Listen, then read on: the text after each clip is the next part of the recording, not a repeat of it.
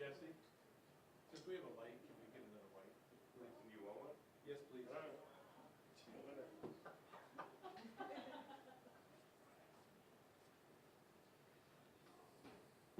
Everybody got their mic checks too? She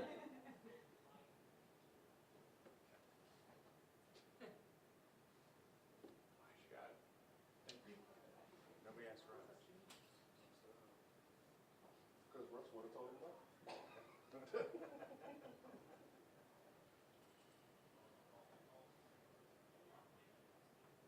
Rachel and myself, if you want to shoot.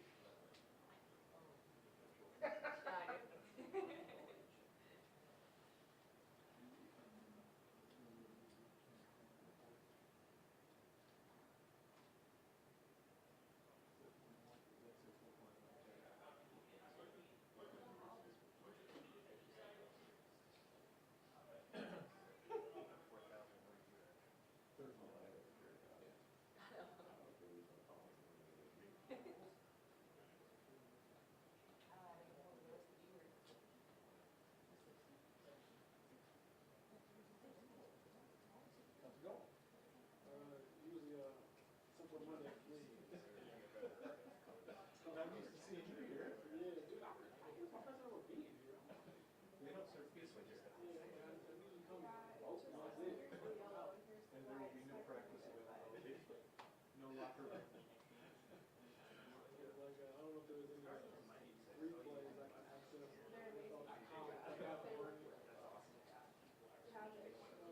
All of our cameras have it, just have it, so they're little, and then they hook up to these cameras too.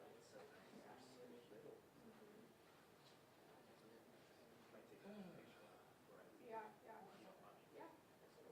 They're a road mic, R-O-D.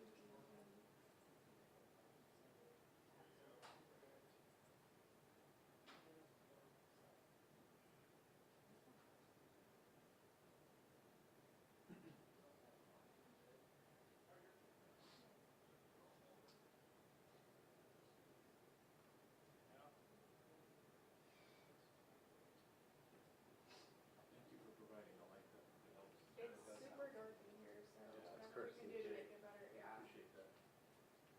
Jake from Safe Harbor. Yeah, he's not here today.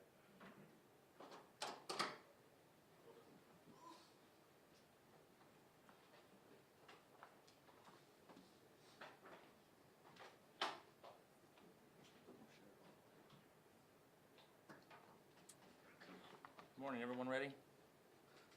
Well, thank you for being here. I am Chris Bailey, the Chief of the Indianapolis Metropolitan Police Department. Here with me today is Marion County Prosecutor Ryan Mears.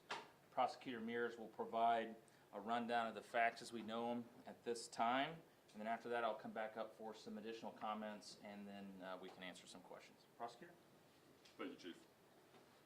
Once again, my name is Ryan Mears. I'm the Marion County Prosecutor here in Indianapolis, Indiana. And for those of you who are certainly familiar with how the criminal justice system works here in Indianapolis, on Saturday we were presented and submitted a probable cause affidavit from IMPD that kind of contained an initial outline of the allegations that occurred early Friday night, early Saturday morning involving the defendant Mark Sanchez. An initial probable cause affidavit was filed, and we made a preliminary charging determination based on that information. As is always the case, Chief and his team continued to work on this matter, continued to track down additional details for us, and really supplemented that probable cause affidavit. I cannot say enough good things about the work that took place at IMPD. There was a ton of information to sift through and gather. They did an excellent job of acquiring that information. And as a consequence of that effort, we received an amended or an additional probable cause affidavit this morning. Again, this is something that happens in virtually every case here in Marion County. And with that additional information, we have added more serious charges against Mr. Sanchez. At this point in time, we have filed a felony charge, a level 5 felony of battery involving serious bodily injury, which contains a penalty of 1 to 6 years. One of the things that I want to stress to everybody is that we are still in the early stages of this investigation. Chief and his team have a number of search warrants that are still outstanding. They're still tracking down additional information. This is by no means the end of this investigation. This by no means that these are going to be the final charges that we move forward with. We could not have done this case and be in a position to make today's charging decision without the hard work of IMPD and people in the community who came forward with information and pointed us in the right direction. And we've gathered a ton of information. One of the challenges you have in a case like this is the fact that you are dealing with individuals who are receiving medical care, and that's obviously the most important thing, that individuals are treated appropriately. But once we were provided with additional information about the victim's current medical condition, it became clear to us that additional charges needed to be filed. There's a supporting probable cause affidavit which was filed with the court today, which outlines the additional information which we have received thanks to the effort of IMPD, and that's why we were able to file the charges. A couple of things just about this incident. You know, certainly the thing that stands out to us is this was a situation that did not need to occur. You have the allegations involve a 38-year-old man becoming involved in an altercation with a 69-year-old man who sustained significant and very severe injuries as a result of that altercation. The probable cause outlines kind of the initial nature of that dispute. We are literally talking about people fighting over a parking space, or a dispute about where people are parking, and it resulted in someone receiving just incredibly significant injuries. Where this incident took place was an area of the city which was very well covered by surveillance footage. There are multiple angles of surveillance footage which capture the events that occurred, and in addition we had a number of civilian witnesses who came forward with provided information about what took place. For us though, we need additional information, and Chief's team is working on that, and once we receive that additional information, additional charges might be appropriate to file. In a case like this, one of the things that you are considering is where people are coming from, where were people going, what were they doing, and then once individuals receive medical care, we're obviously very interested in what those medical records look like, because they can a lot of times give us greater insight into what was going on that day and potentially provide some information into an individual's state of mind. And so with that, I'll turn it over to Chief Bailey. Thank you, Prosecutor.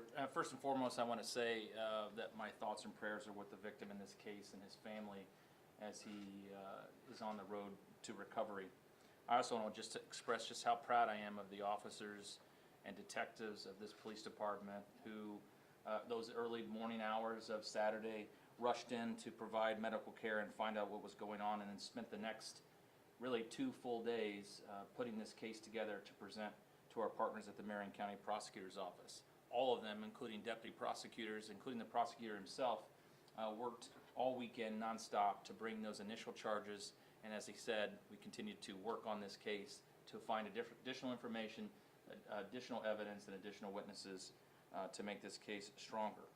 The professionalism that we saw from our teams is what makes this department one of the best in this city, one of the best in the country, and their commitment to our community and keeping downtown and every neighborhood in our city safe was evident. Downtown Indianapolis remains a safe and welcoming environment for the people that live here and the people that visit here. It remains one of our safest neighborhoods. To date, violent crime is down 5% in downtown. Property crime is down 11%. Overall crime is down 10%.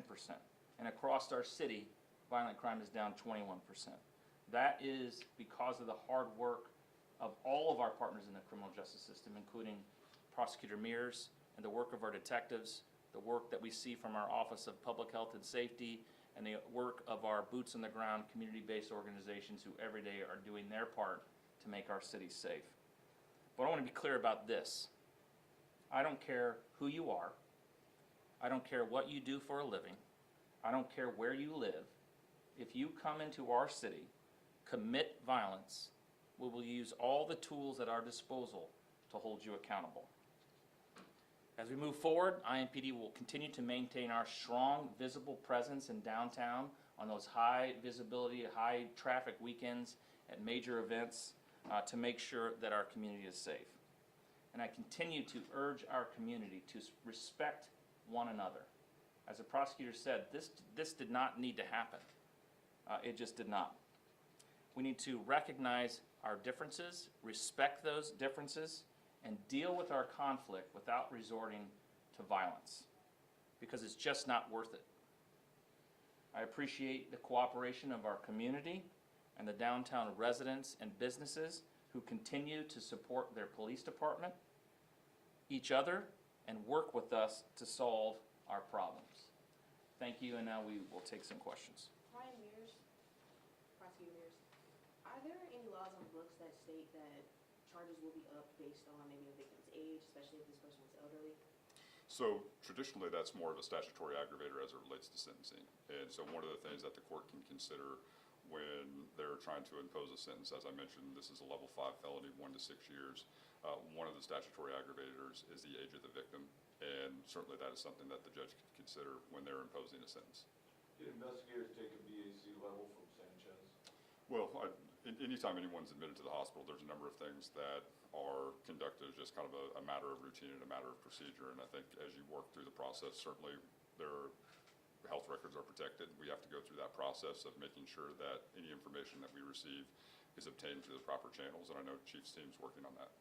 Do we know if investigators have had a chance to talk to any of Sanchez's associates to piece together what his Friday night was like before this happened? I can't answer exactly what step in the process the investigators are at, but as the prosecutor mentioned, just because charges are filed doesn't mean the case or the investigation stops. So the investigators will be looking into all those things, and I think the medical records are going to be extremely important for both individuals to help the prosecutor make an important or a charging decision to see if there's some other way to another charge that needs to be added, but also to see if there was some sort of altered state of mind of the individuals involved in this incident.